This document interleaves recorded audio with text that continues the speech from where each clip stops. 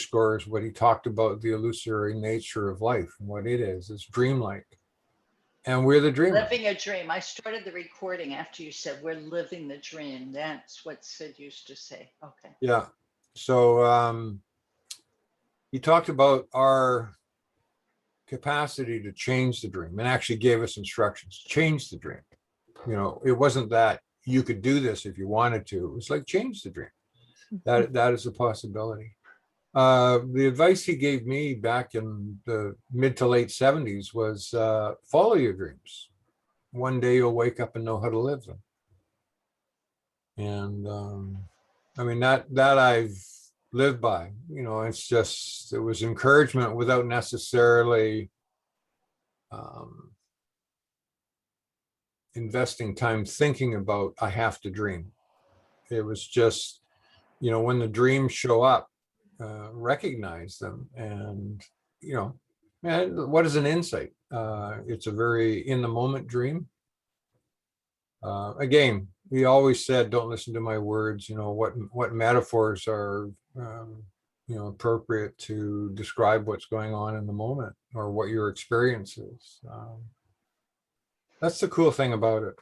There was a couple of other things. That was a really good session to listen into, Lori, and because I hadn't been back to it. Long Beach talks are my kind of go-to recordings that I love, and the Hawaii ones as well. But Washington has got that one about Sherlock Holmes and his Watson. But before we go there, yeah, I mean, what you said was so rich and powerful. I want to stop there and have the four of us talk about that follow your dreams, and one day you'll wake up and you'll notice you'll be there, something to that effect. And what you said, Richard, after that was so great, that you said, you started to notice when you had a moment of a dream life. I think that's what you said, something to the effect of you'd have these moments of, man, I'm living my dream, but without having Sid's pointer. Yeah.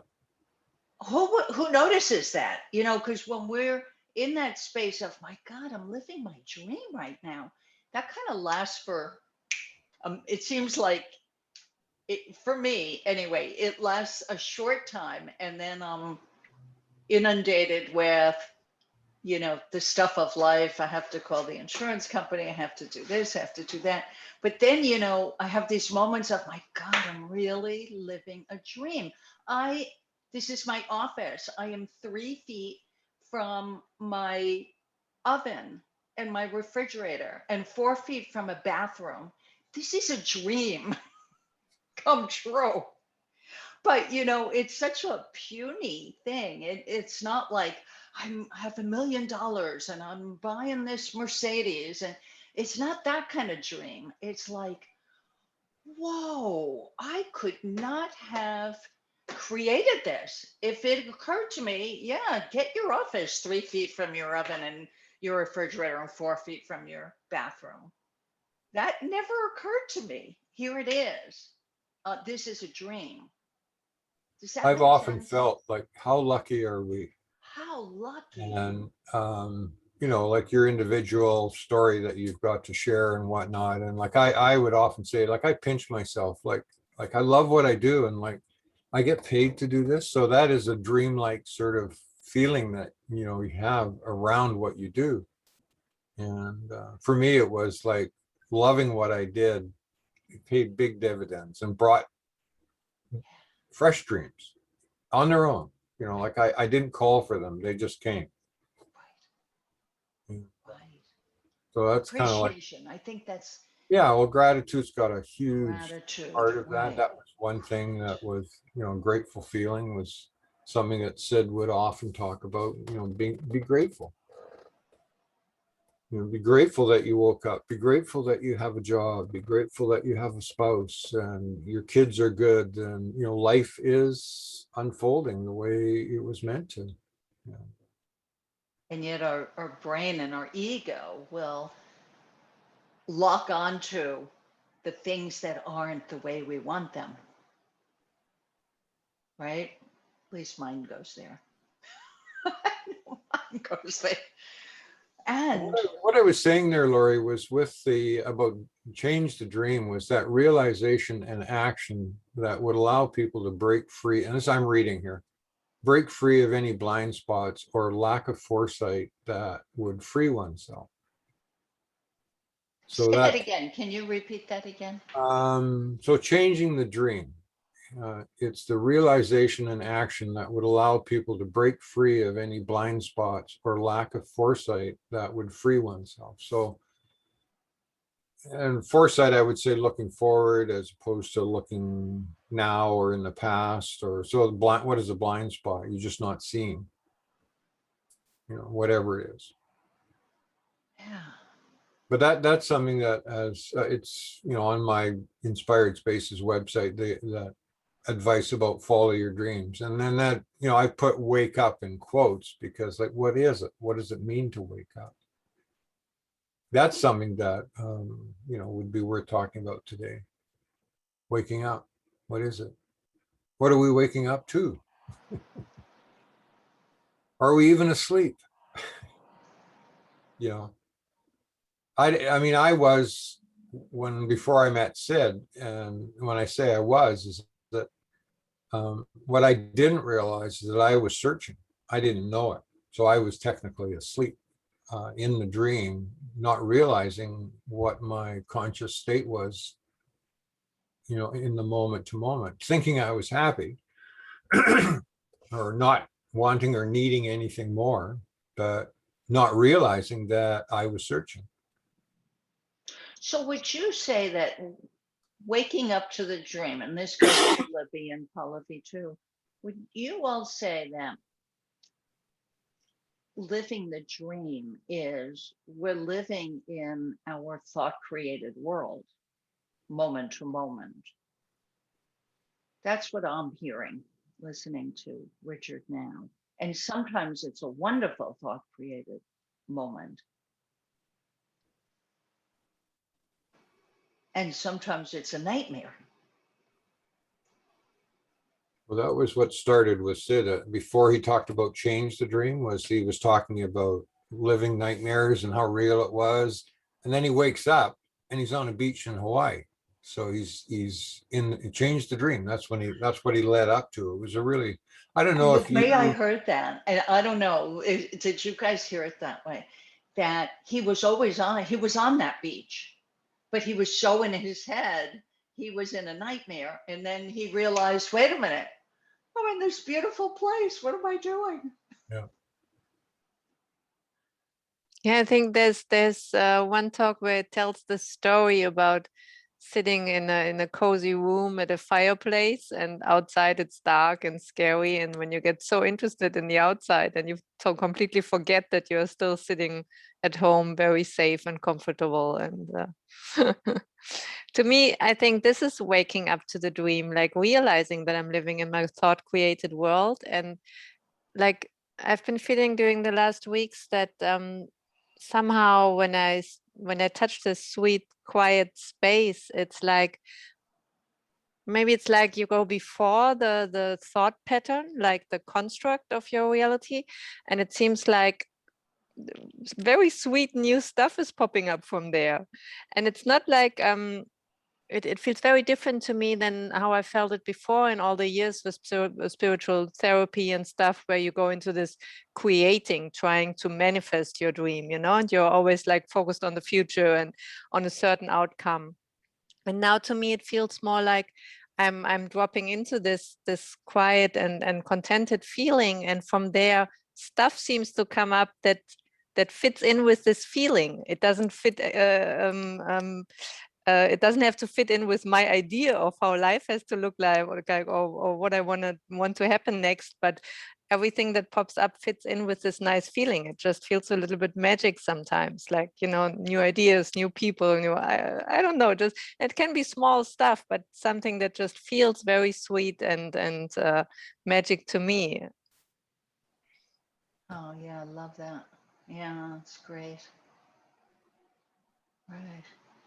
It's like, I think to me, it feels like there more spaces there. Like the moment I realized that my normal, my usual reality and my story, my life is kind of a construct in my own head, and it's not so solid anymore. I can see that there is another possibility, and I even feel like I'm sometimes glimpsing this possibility of just living life from a different inner state or space, that it doesn't have to be so serious and so organized and so focused on what I'm doing on the outside, and I really like that.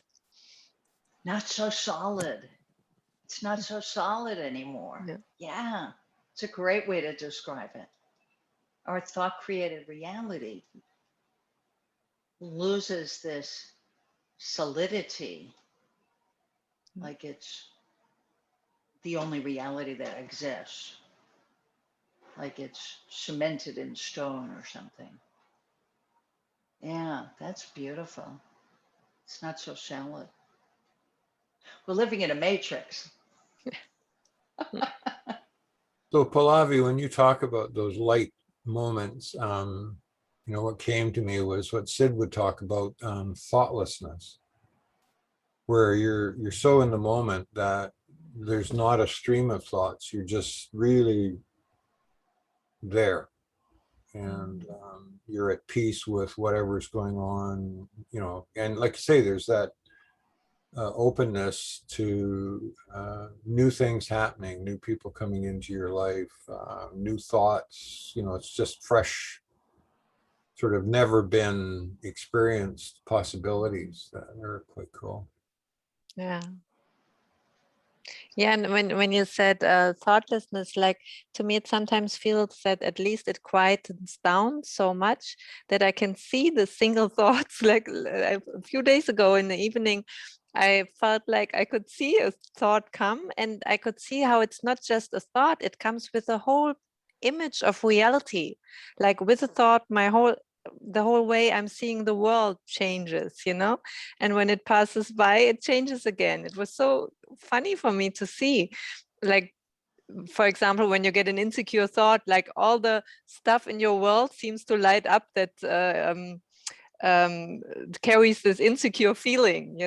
But when you get a loving thought or a happy thought, you see all the stuff that's so beautiful and happy in your life. And it seems so funny to me, like every thought comes with a whole thing of the whole world, a whole new picture of the world you're living in and of yourself and your past. And it's so powerful and so cool to see that it's fluid and changing. And Yeah.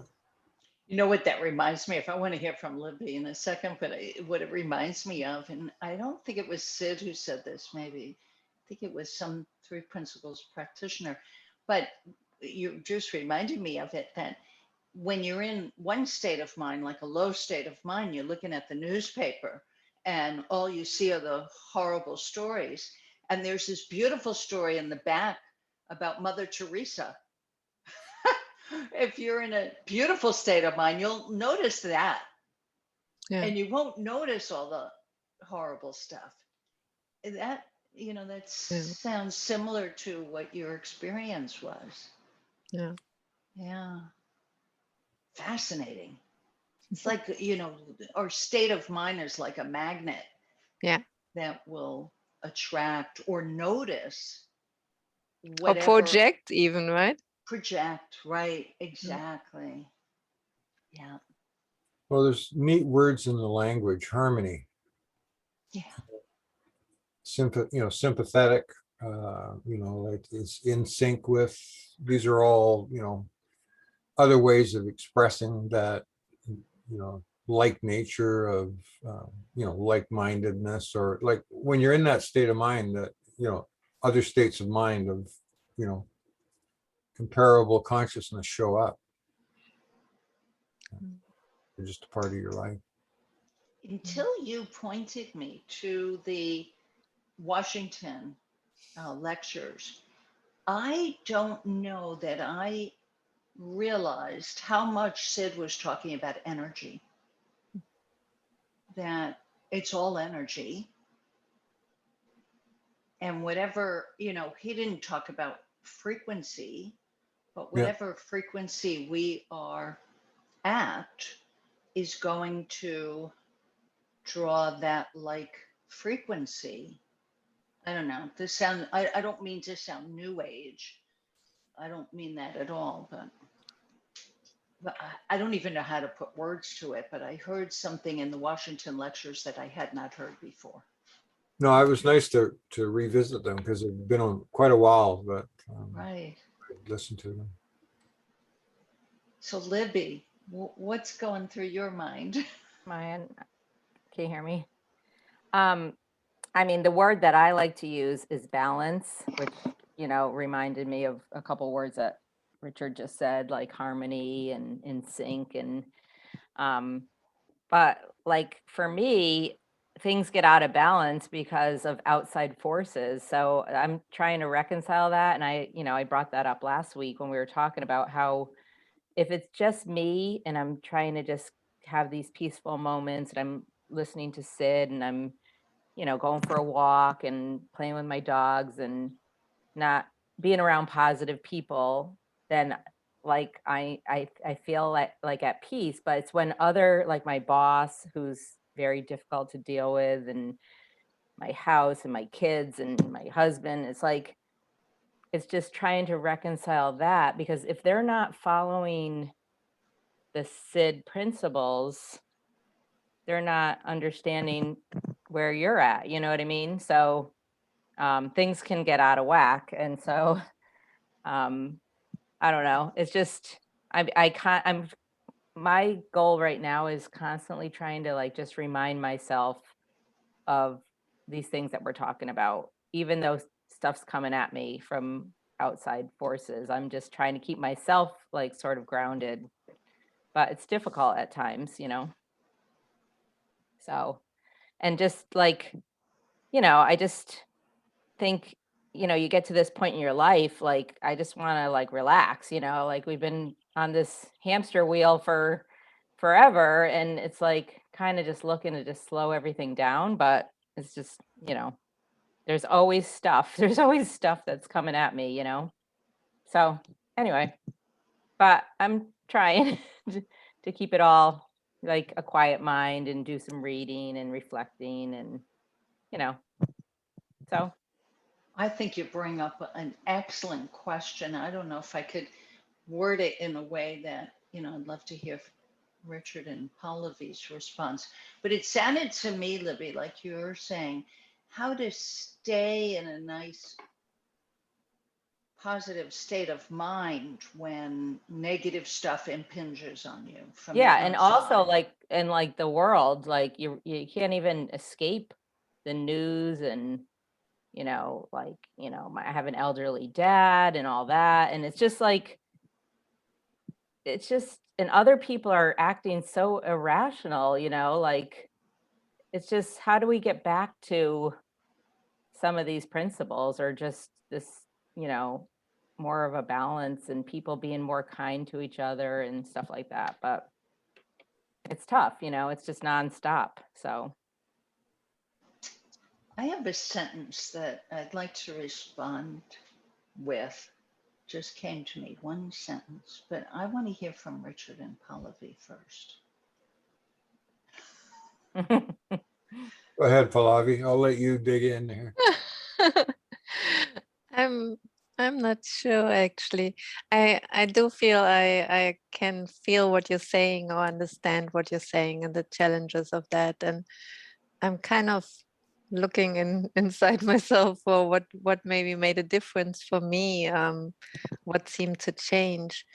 I I think what comes up for me is I heard you say the word trying maybe a few times, Mhm. and I feel like there's something about the effort in that, like in trying to do it yourself, like, and to get it under control, or to stay in a certain state of mind. And I think there's something about that, about giving up the trying and more like noticing that it's already there, that it's just like, to me it always feels like it's just a little bit deeper than my busy thinking. It's more of just looking in another direction than of trying to get into a certain state or feeling.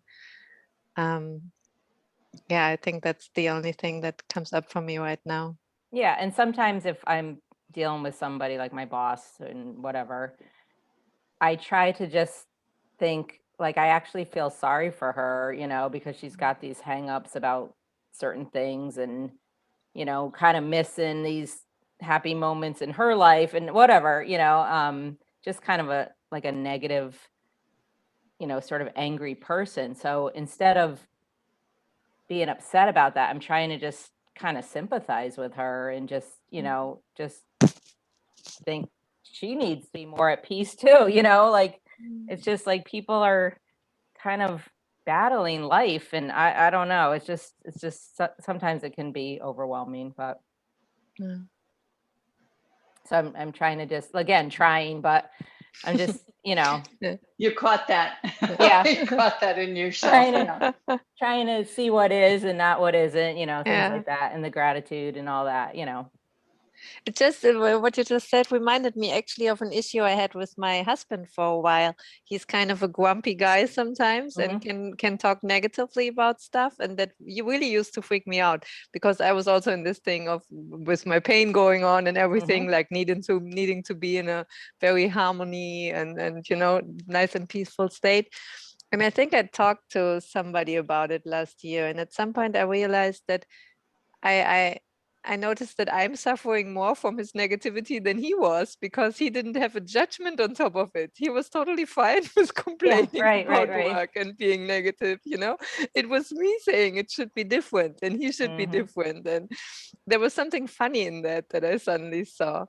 I think what's cool to just consider is that it can change in a second by just seeing something new, and suddenly it really looks totally different. And just to know this possibility is there sometimes can be very calming, I think. Or A couple of words that Sid shared, and Long Beach is one of them, and he's used it before, and it wouldn't surprise me if it's on most, if not all, of his recordings, and that's the idea of going home. And just for me, thinking those two words is like a contemplative, you're not forcing yourself to just look at what's real in our existence, and just that momentary pause. There was also a sentence in The Enlightened Gardener Revisited that really helped me, Libby, as far as just regaining a feeling of being centered. And that was contentment leads to peace of mind and happiness. And, those are the real values, the real feelings of, what's there for us. And, you're talking about looking at what isn't versus what is. And that's where, for me, just simply thinking, going home, it reminds me of that quiet, at peace feeling inside that. And that was on my call with Bill as well, Lori, because he quizzed us on some things. Well, what do you do if or when? And, it was this idea of, if a negative thought comes to your mind, what do you do? I found like flipping it over and just flipping to positive was a really simple way to, and that's kind of like going home.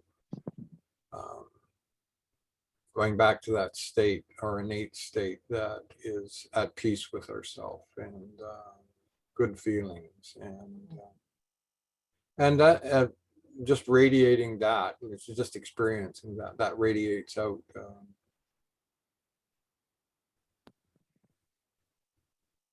I mean, that phrase sounds nice, going home, Laura, you're on mute. Chloe, we can't hear you.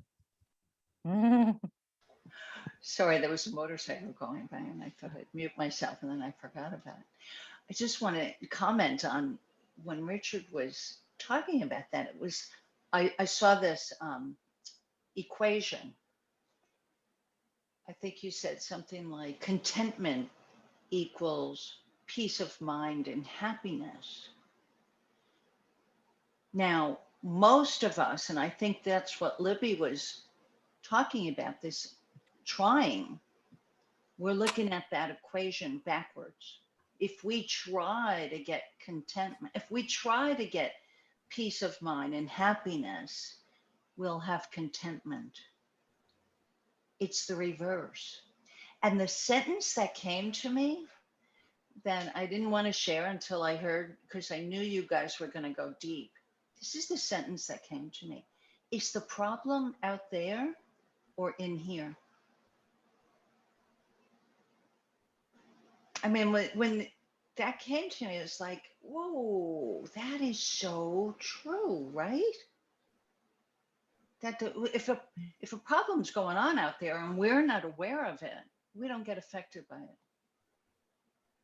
We're only affected by a problem when it's on our mind. In fact, the problems we've had, or that I've had, they don't go away. They're still there, but they come and go according to whether thinking about it or not. I don't know if that helped at all. That thought that you have as an attachment, one could describe it, that causes worry or causes just that feeling of peace. You know, what is the thought that you've got that is generating the feeling that is associated with the attachment, or just the thought itself, you know?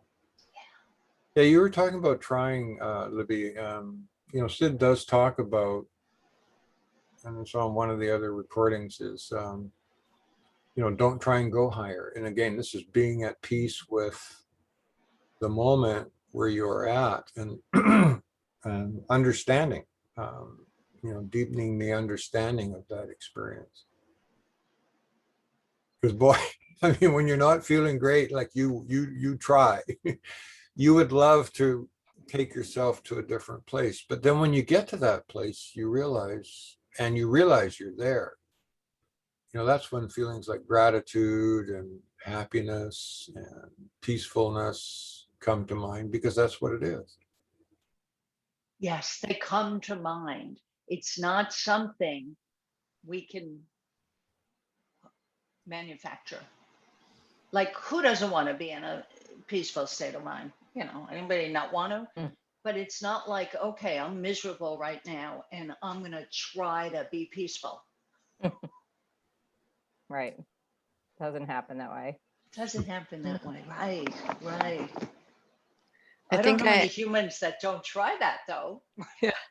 So I think to me, I saw a lot about this with the pain I was going through or experiencing, because at some point I realized, in fighting against the pain, or creating this gap between I'm here with the pain, but I have to be there without pain before I'm okay, I realized how this kept me away from being content right here. And it took me a long time. Like, I was really, I can be stubborn with stuff and really insist on it, you know. But at some point, it became so clear that I thought, okay, the only thing I can do is be contented with what is right here, right now. Otherwise, I have no chance. And I don't know. It's weird how these things shift sometimes. Huh? Because it seems so impossible, and then suddenly it's possible, and you think, oh, that wasn't so difficult in a way, but it was, because I tried it for years and it didn't I didn't see it. So I think, to me, it's a lot about making peace with being in the middle of the mess, you know, with all the feelings and all the chaotic thinking and the busy mind, and just like finding this I don't know, there's this space inside that's still in peace with all of it, with all the mess, and that's just cool. Well, what I found with that sentence, with those three, you know, contentment leads to peace of mind and happiness, that you could interchange the words. So contentment leads to, or peace of mind leads to happiness and contentment. Because, like, in happiness, what is that? That's it again. It leads to being contented. It's just that state that, and it's cool that it's not one thing dependent on another. It just is. So. Yeah. One thing is not dependent on the other. It just is. That's Now that sounds like a Sidism. that does, doesn't it? Yeah. Or Yoda. I don't Just know. is. You know. Just do it, right? I think that's what led him to talk about the isness and the allness and the nothingness, is that there were moments that's what it, and captured, was that state of consciousness that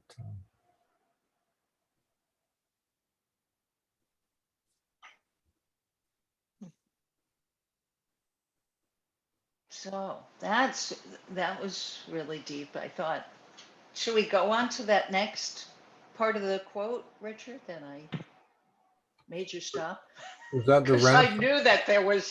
knew that we could go deep with just that first segment Yeah, you it was pointed out. pretty cool. Like, it's the illusory nature of the dreamlike nature of what life is.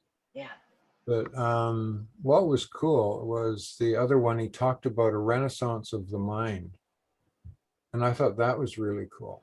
yeah, So I looked up the word renaissance to see what it was. I'm a bit of a word buff, and I thought it was kind of interesting that, again, like essence, renaissance had a really cool root, and this was from the Latin nascentia, from naci, be born. That's what Renaissance. So this is like the rebirth. That was what it meant. So Mm. kind of the rebirth of the mind, and that reawakening to, or awakening to, again, kind of all roads lead to Rome. This Renaissance. It's a great word, because it's the its root meaning of what it is. yeah. So that was something he talked about, and he was, I think, mentioned something about he was grateful to be a part of it. Yeah, Not that he was necessarily leading it, but just to be a part of it. yeah, Because there's other enlightened beings that have contributed to that renaissance. It hasn't been just a singular moment in time. It's just been a stream of renaissances that have happened over time. But I thought with that, and so I said, points of discussion on mind. What is it? What role does it play in one's existence? Linkage to consciousness and thought in the three principles.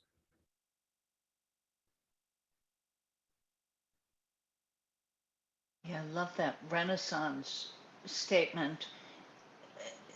I don't even know that Sid knew what Renaissance meant. He would say things that he didn't know what he was saying. And then you hear it and it makes total sense. But he didn't know where it came from.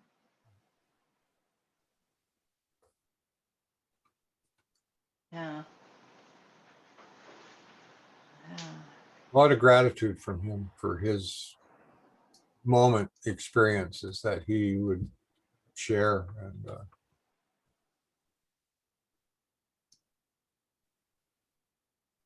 so that was pretty much all I'd sort of suggested in terms of some thoughtful discussion that, could be on that, which was pretty cool. It's just,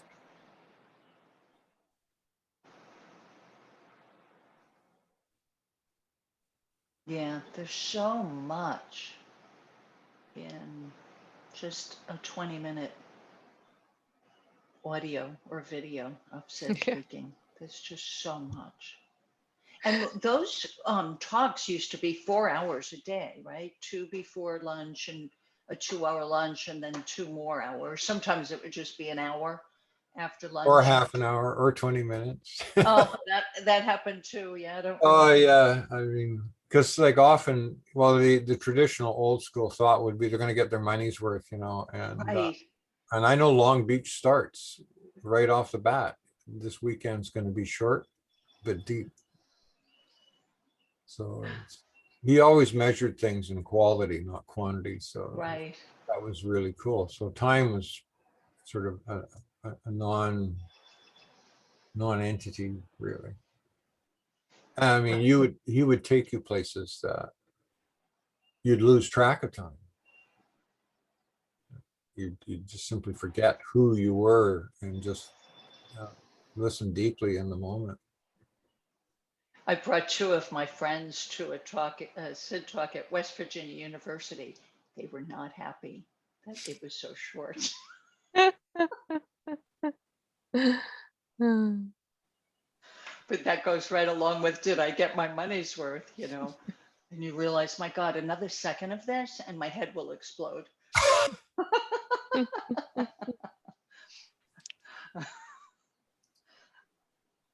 You know, there's been times either listening to tapes or being in the presence of Sid talking and, you know, just being in that place. And then all of a sudden you come back from wherever it was and you knew you were somewhere deep, you know, uh, reflective, um, you know, grateful just to simply be. But you pull your you sort of you wake up sort of, well, not wake up because you were awake, but you're probably more awake in that moment than you are in, you know, coming back to reality. So, but I think that's cool that you can actually experience that. Yeah, I changed. I can definitely say something happened that changed me hugely, and I had no idea, even at the time, what had happened to me personally and what the heck Sid was talking about. No idea. But I never, ever, and this was back in, we're talking 1985, I never went back to the level of worry and feeling like I have to make things happen. I'm in charge of my life and making things happen. And oh my God, that it was heavy, you know, to think that you are the one in charge. It's all up to you. If you get the life that you want to have and you think you're entitled to, that was heavy. No wonder I was depressed and anxious thinking that. But to me, that was reality. I don't know what Sid said, but it was such a burden lifted from me where a level of relief. I'm not in charge. And that's where the isness is. Like, you know, I'd be at our local mental health center, I'm sure, at the Institute of Living, if I hadn't woken up to that. Because my life is nothing like I thought I deserved and I was supposed to have. And this is why I was put on the planet for, to be a mother and a wife. That was like a no-brainer. It was all brain, but and none of that happened. And I am so much more content than I would have been chasing after a rainbow that wasn't in the cards for me at that time.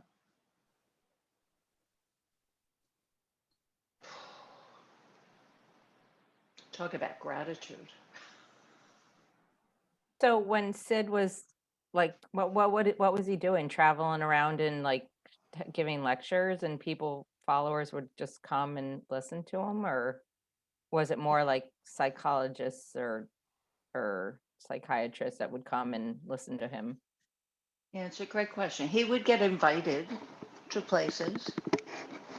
So West Virginia University at the time was, they really had what they called the Sydney Banks Institute of Innate Health. Huh? We can chat until Libby comes back. She just had an interruption. Yeah. You need some help. One of those outside things happening. What's that? Yeah, but I'm often wondering about that too, like because it's not so long ago that Sid died, and did he like give talks right up to until the end? Like it doesn't seem like there are so many talks recorded, and I read somewhere that in the end he lived a pretty quiet life also. And tell me a bit, tell me some inside Yeah, knowledge. my understanding was once he was diagnosed that Yeah. he had a quiet life. What did you know about that, Richard? I mean, Marika was his secretary. Marika knows more than I do because she was, well, she was closer to Sid. Um, she's also, more outgoing in terms of, like reaching out and engaging. It's not that I am not, but that's just the nature of, whatever your nature is. I mean, if you're, but yeah, the latter part of his life, it was a quieter experience that, and also there were things happening that he could see that the work was being done. The good deeds were happening. So you look at what was going on in the prisons, what was going on in the, like what Chip and Jan were doing in the prisons there, and the changes that were manifesting in people that were, I mean, this was kind of his whole point. If I can help one human being have a better experience, my work has not been in vain. So his writing was really important to him. And I think in the early days, he used to, record and send out, personal tapes, really, is what a lot of those early audios were. But his writing was something that he found a lot of, he got a lot from them. Just, again, it was a way of, he always talked about share what you know. And I think writing was his way of sharing what he knew innately was deep inside. It still amazes me that the written word, you can lift the spiritual nature off the page and take it into your heart. That's a possibility. Yeah. I'm working on translating Dear Liza right now. Like, it's one of my favorites. I like it so much. Yeah. Yeah, I'm rereading The Enlightened Gardener. At least I haven't started it yet, but I reread In Quest of the Pearl, which it's a neat continuation to. I just love the way that sort of that style of writing where it's a novel, a story, but then you get these amazing passages of spiritual truth that is there right in front of you. That Sorry, guys. My dog escaped and is in the neighbor's yard. So, it's always something. Yeah. So Dave went to go pick her up. You're laughing about it. Yeah. Well, because he went to go pick her up. So yeah. But we live on a busy road, so it's difficult with the dogs that you just get worried. Oh. Our neighbors 2 houses down, one of their dogs got hit by a car. Oh. And died a couple years ago. So anyway. Was that your dog behind you? I see over the dresser. Oh yeah, that's the one that just escaped. I painted that. That was one of those. Oh, wow. Wait, I'll show you. Hold on. Oh, cool, Libby. What a cutie. It's kind of funny. It was one of those paint nights. So basically, this is the back. Oh, wow. You send a picture and then they imprint it on the canvas. And then it's basically like paint by number. So that's cool. It's beautiful. So before we painted it, it was the outline of the sketch of the photo. So that's so cool. What a great idea. It was fun. My girlfriend and I did. It was like one of those paint nights. You have a glass of wine and you paint, and the leader had to help me out a little bit after a glass of wine. This nose was not my work. So sweet. But yeah, that's the one who just took off. Yeah. But the neighbor, we have her phone number on her collar, and the neighbor called, so she's safe. Yeah. But he went to get her. Yeah. So sorry, I missed what you said, but I'll listen to the tape to find out more about what you were saying about Sid. and Well, how we he, kind of put it on, we were talking about other stuff. We put it on pause while Mm. you were gone, and now I don't remember where I did was we just curious, pause? like how he had his following and who, who came Oh, to right, see right. him and Yeah. So my memory is that I attended about 5 or 6 of Sid's talks. San Jose, West Virginia, Maui. I was at the Long Beach, I don't remember, Florida. He did a Did you talk ever in come up to Florida. Richmond, Lori? What's that? Did you ever come up to Richmond? Like, there were several conferences at the Richmond complex here that Marika would arrange and whatnot. And, Yeah, was that before 1985, maybe? I don't even um, remember those. no, those would have been around, concurrent with that time, because I know Huh. San Jose was 2007. Mm-hmm. And so these were events that would happen with reasonable regularity over time. Well, the cool thing is, I mean, so we only have on the sidbanks.com site snippets of 3 lectures. And you could see there's so much there that we could talk about just one of those, like 1/3 of one of those snippets. That's what we've been covering. And spent a whole hour talking about it. But what was my point about this? Oh, that there's a new talk that they showed at the 3P UK. I don't know if Richard's heard about this. I know Pallavi saw it at the 3P UK conference that they're going to be releasing soon. 2 actually. Oh, 2 of them.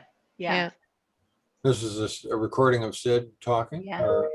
It's from a Which ones? conference in 2004, I think they said. And one was called something with freedom and the other was called the quiet mind. But there was something in there. I think Richard might like it because he talked about Sid's humor and Sid telling jokes. Because he said something really funny in there about everybody being enlightened once we die, once you're leaving the body. But the only trouble being that you're dead then. So it was really sweet. Looking forward to the talks being up there. Yeah, he had a neat sense of humor. Yeah, I'm looking forward to those. I thought, maybe we could have a watch party. Yeah. Right? Yeah. That would be so much fun where we all watch it together and then talk about it. Yeah, that'd be nice. when are they coming out? I think I will get an email probably because I'm in the apprentice practitioner program, and I think they said they will let us know once it's up there, but I don't know when. Yeah. So in terms of talks, his San Jose talk was, I think, his last public speak. That was 2007 in October. And, that was interesting because I knew going through the door into the hotel where it was, or the conference center where it was, that this was different. It was different. You just knew it was just something in your bones that said, this is amazing, like what's going on right now in the moment, and being aware of that. I couldn't explain it other than I knew it was different. It's going to be different. Is that the one that's called The Ultimate Answer that's on YouTube? That one is later, I think. That was in Victoria, I think. Okay. Yeah. And that was with him and Chip and Elsie, I think. Mhm. Yeah. I don't know. I just That was, yeah. sorry, that was more sort of, I guess, the starting to become sort of the formation of the school. Okay. Because I think it was a session that was probably by invite for practitioners who were local or relatively close by, that because I think he had a sense at that time as to what was what was happening in his life, and wanted to make sure that the practitioners that, you know, were close to the knowing that they would just get the benefit of more time with him. I think And the one you were talking about, is it available somewhere? The one from San Jose? I don't know if they recorded that or not. Oh, okay. But Aaron Turner was there, George, you know, in terms of with Sid, in terms of the dialogue that was going on, you know, up front, and you know, inviting others to join in the dialogue. So when it was, you know, when it was a sort of more of a group contribution. So. Did you go to his memorial service? They had a memorial service in Victoria. Yeah. George got up to speak. I didn't hear one word. He was crying like a baby. Did you hear anything he had to say? He cried through that. But that's what counts. That's what, you know, the feeling came through so dramatically. It didn't matter the words he said. A lot of gratitude. A lot of gratitude. Yeah. I can only imagine like that, what George and Roger and like Alan was part of that, like with he was one of the researchers of it. I didn't know what Alan's role was when they came to investigate Sid. You know, this was Roger and George coming up on the request of John Enright to go check out this guy named Sidney Banks. And you know, like there's things happening as a result of the experience that this Sid had that like are not being achieved in psychology. So what is it? The curiosity factor must have been huge in their minds as to who is this guy? And George had some really funny stories too about how Sid would say to him, so let me help me understand, George. So you bring your clients to the past, to a difficult situation in order to help them feel better? I mean, I'm not doing it justice, but when you hear it, it's like, oh my God. Yeah. He just had, oh man, he just saw something that nobody was seeing back then. Nobody could see that. And it upset George so much. I know, you know, you probably heard that story of his. He got so upset. And the whole ride back, he's ranting and raving as they're driving away. And Linda said, well, maybe it meant something if you're so upset about it. Maybe there's something Disturb for the you to look at. equilibrium. Yeah. Oh man. So what's another part? We've got a little more time. Not much. No, we don't. We're out of time. You have to come back on Thursday, you guys, for more. Tomorrow. You have to come back tomorrow. You're not there anymore. I'm not there. Can you I hear can me, hear you. Richard? Yeah. Yeah. No. Yeah, it's good. Oh, now it's good. Okay. Oh, Yeah, maybe so maybe it was my connection. I don't know. anything you want to say before we have to sign off? How did that happen so fast? To me, that hour just really flew by. That happened with you guys? Yeah. We just jumped the boundaries of time. Woo! You're thinking like I am, beyond space time. And Beyond space, time, and matter, right? Elsie posted something about love being beyond time and space. It's out of her book. I'm about halfway through her Mentored by Mind latest book. It's a beautiful book. Yeah. Very Elsie's practical. book, Mentored Elsie's by such a Mind. practical person, and Sid too. Yeah. I remember Chip and Elsie used to host group telephone calls, and at the start of one, Chip says, "You know, I want to just talk a bit more about something that's, he wanted to be more practical. And at the end of the session, it was incredibly spiritual conversation that came about as a result of him saying, I want to be more practical. That's He was a something. really good guide too. Like both Chip and Ken worked with me in my business on Salt Spring in the mid 70s, late 70s.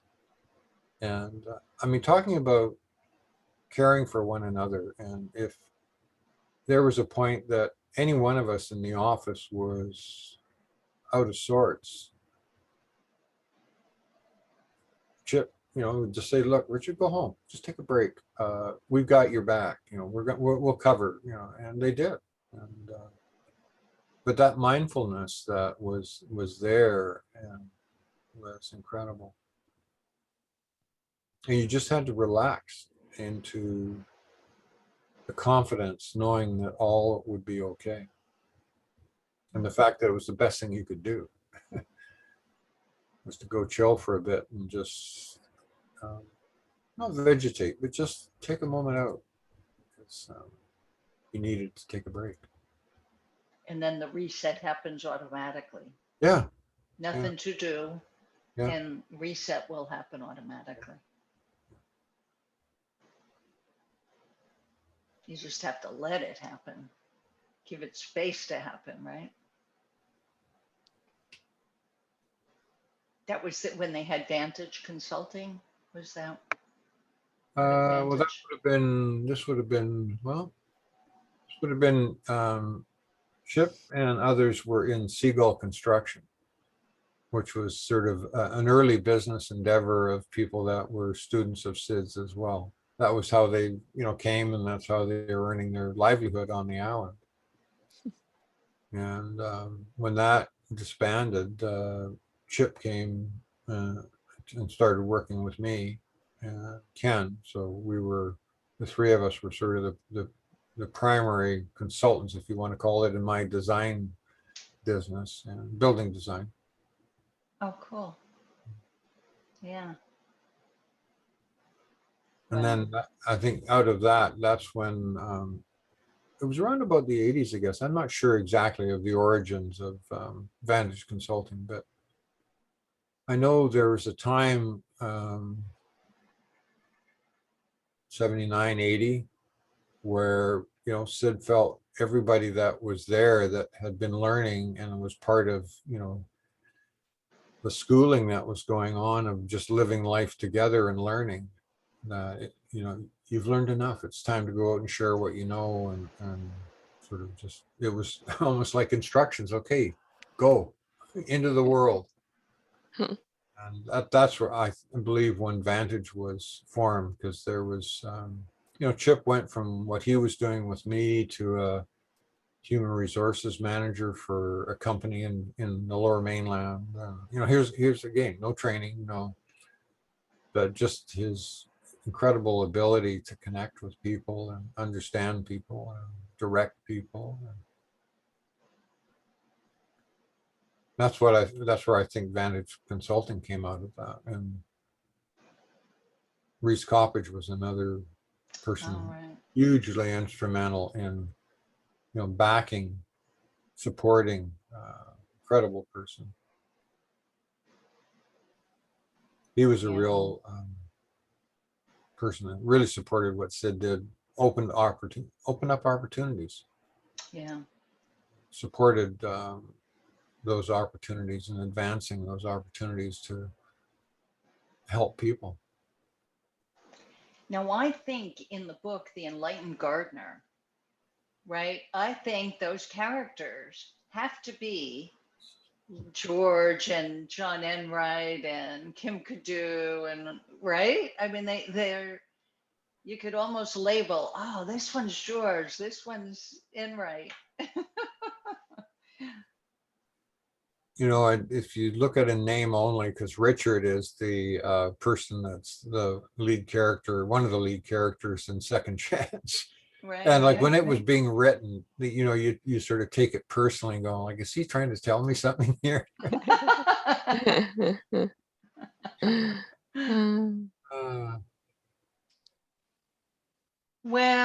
everybody. So, loved what you suggested. And Richard, I just love that. We could go on and on with your suggestion. And so I'm going to bring it into the Thursday group. And yeah, right. You know, if something strikes you like it did for Richard while you're listening, just send it. You don't even have to send it through me. Just post it right there in the Facebook group.